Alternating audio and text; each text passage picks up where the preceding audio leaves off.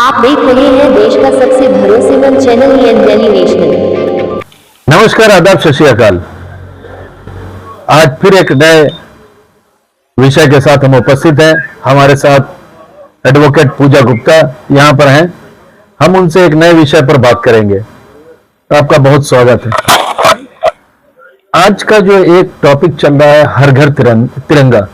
2014 में जब BJP government केंद्र में आई, उसके बाद ये हर घर तिरंगा का एक लहर चला है जी, और लगातार चलता चला आ रहा है। क्या संदेश देना चाहते हैं हर घर तिरंगे को? सबसे पहले तो आज हम यहाँ हैं, तो उसके पहले स्वतंत्रता दिवस की बहुत बहुत बधाई, शुभकामनाएं आपके चैनल के माध्यम से।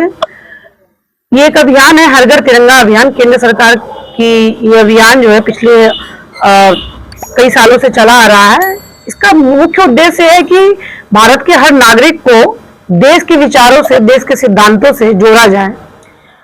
हर व्यक्ति की अपनी अपनी विचारधारा होती है, लेकिन नेशन फर्स्ट की भावना ये हर व्यक्ति में होनी चाहिए। तो कहीं ना कहीं मुझे लगता है कि इस भावना के साथ, इस उद्देश्य के साथ इस अभियान को लाया गया। आप लोग का एक कार्यक्रम है जिसमें आप लोग मौन जुलूस निकालना है, तकरीबन 1.5 किलोमीटर, 2 किलोमीटर का। क्या है उसके पीछे मंशा, क्या है? देखिए, आज चूंकि 14 अगस्त है, आज के दिन भारत का विभाजन हुआ था, तो हम कहीं ना कहीं मानते हैं कि अखंड भारत जो था वो विभाजित हुआ आज धर्म के नाम पे। भारत और पाकिस्तान के लोग बिल्कुल एक ही देश के थे, चाहे वो हिंदू हो, चाहे मुस्लिम हो, चाहे सिख हो, या ईसाई हो। सभी धर्म के लोग भारत में रहते थे। लेकिन उस समय तत्कालीन सरकार जो थी, या तत्कालीन विचारधाराएं जो थी, उन्होंने धर्म के आधार पर इसको विभाजित किया।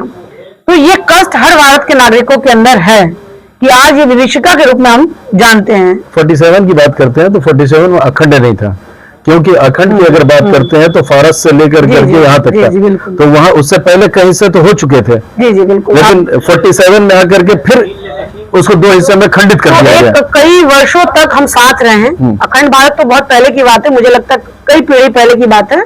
लेकिन 1947 तक तो हम साथ रहते थे परिवार के जैसे। आप उस विभीषिका को देखिए, कई ऐसे मूवीज हैं जिसमें इस चीज को दिखाया गया, चाहे यहाँ के लोग हो चाहे वहां के लोग हो, प्रताड़ित सब लोग हुए, चाहे वो हिंदू हो चाहे मुस्लिम हो। मैं ये बिल्कुल धर्म विशेष पे नहीं जाऊंगी। जो यहाँ से गए वहां प्रताड़ित हुए, जो वहां से आए यहाँ भी हुआ होगा। आने जाने के क्रम में, रहने के क्रम में नहीं, आने जाने के क्रम में, विभाजन के समय में जो आने जाने का क्रम था, तो एक विभीषिका के रूप में महिलाओं के साथ अत्याचार, उत्पीड़न किया गया, चाहे वो किसी धर्म की महिला रही हो।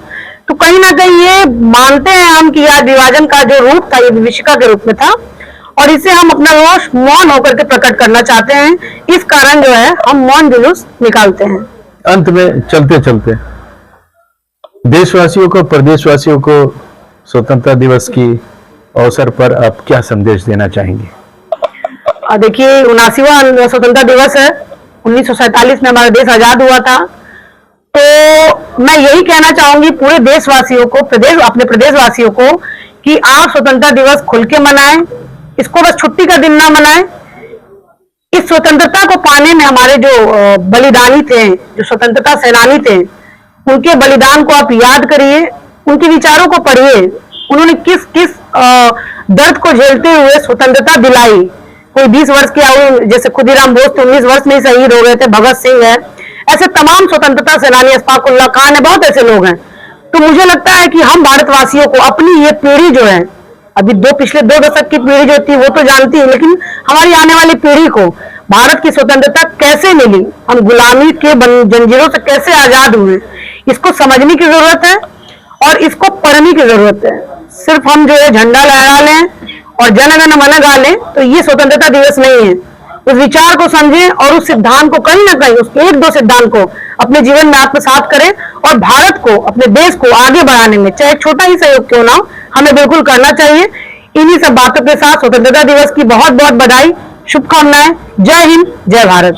कहीं ना कहीं इनका साफ कहना है कि एक भारत और श्रेष्ठ भारत की कल्पना कर करके चल रहे हैं, और जो भी 47 के अंदर हुआ, जो भी मैसेकर हुआ, उसको कहीं ना कहीं उसका दुख प्रकट करने के लिए आज एक कार्यक्रम इन लोगों ने रखा है। सिंबॉलिक मौन जुलूस निकालेंगे, करीब 1-1.5 किलोमीटर का ये जुलूस होगा।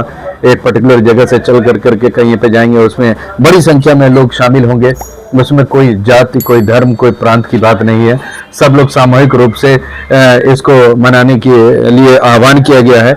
साथ में एक चीज और इन्होंने रेखांकित किया है जो बड़ी अति महत्वपूर्ण है कि आजादी जो मिली है उसको सिर्फ झंडा लहरा करके, झंडा फहरा करके, मिठाइयाँ खा के, छुट्टी मना करके ना किया जाए, बल्कि जो बलिदान हुए, किस तरह से आजादी मिली, उसको डीपली जा करके पढ़ें, समझें और उसमें से कुछ न कुछ को अपने जीवन में उतारें, ताकि एक भारत और श्रेष्ठ भारत का निर्माण हो सके और फिर से ये हिंदुस्तान सोने की चिड़िया कहलाई।